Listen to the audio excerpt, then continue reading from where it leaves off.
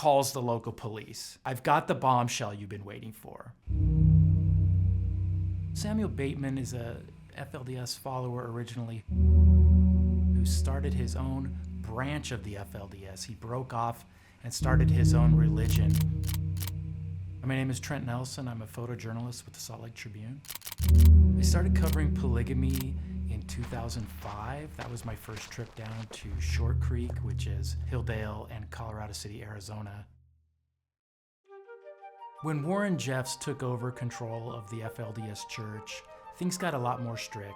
Jeffs also, as the leader, would arrange all the marriages in the community. He exhibited a high level of control over his followers. Jeffs was arrested in 2006 and never saw freedom again after a series of trials resulted in basically a life sentence in Texas prison.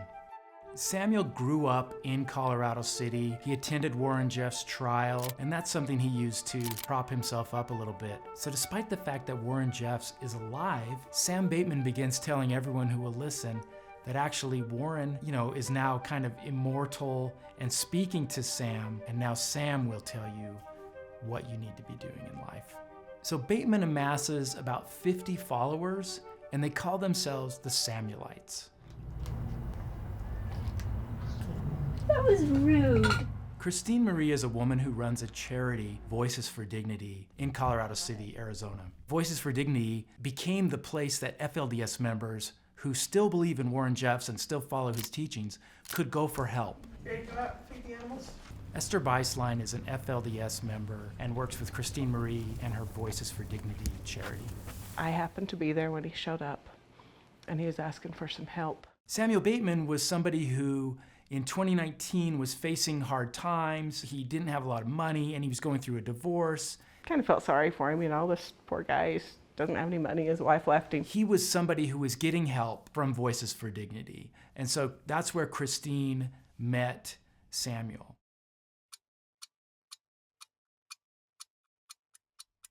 One morning, Sam showed up and wanted to talk to Tolga and I. Christine and her husband, Tolga Katas, are visiting the group, are spending time with the group. We got in the Bentley. Christine is in the back seat with 3 young women. One is a child. Sam starts telling us a confession. And he begins to tell them about a ritualistic sexual abuse. He felt inspired to direct his followers into. That he had perpetrated on the females in the car. Which really is just a sex crime. Now I know for sure what he really is doing, what I had suspicions of, but no evidence. A lot of people in town are suspicious. At this point, the local police department is fielding calls from residents. I grabbed my phone, I started to record, and I just prayed that recording would work. Sam goes on to talk about all the details of what he had done and directed to be done. But I had to act as if everything was okay. Calls the local police. She says, "I think I have the bombshell you need." And so they reach out to the FBI. Christine is now an official FBI informant. And at this point, things really ramp up for her. The couple are spending all of their time with the group. Christine and Tolga kind of started seeing that something was wrong, and so they started spending a lot of time there just trying to protect the girls and see what was happening. One of the main ways that we were able to gather evidence was through video. Tolga had been working on a documentary and Sam wanted to be in it, so we just started filming. It's taking all their time, morning, day, night. Followers are coming over, Sam's stopping by. It really becomes an all-encompassing thing. She'd call me sometimes 1 o'clock in the morning and say, "Hey, can we go for a drive and talk about these things that we heard tonight?" Barbecues in the canyon of this man with his 22 wives and these children singing songs to him. Even things that seem innocuous are heavy to carry around when you know what's likely happening behind closed doors. Christine was always on the lookout for someone in the group who was having doubts, who could come forward and actually tell what was happening. It wasn't enough to just have these recordings because Sam didn't ever say what he was doing. In 2017, there was a wave of evictions. At one of those evictions, a woman named Julia Johnson was being removed from her apartment. This was a chance for Julia to meet Christine. Julia comes over with her 2-year-old. She has felt more and more disturbed by what is happening in the group. And Julia decides to go to the FBI. She goes in and tells them everything that's been happening. It's way more than Christine thought, and it's way worse.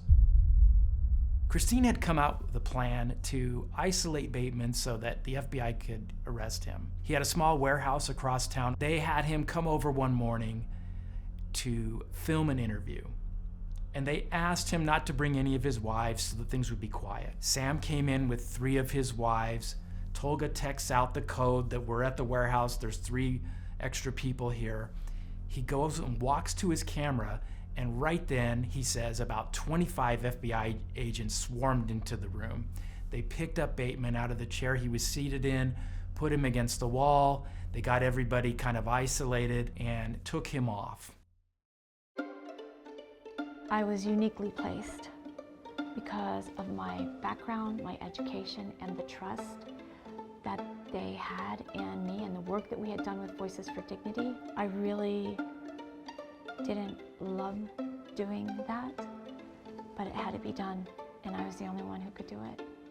The evidence that these 3 people brought to the FBI helped prosecutors convict Bateman on criminal charges. Bateman now faces decades in federal prison.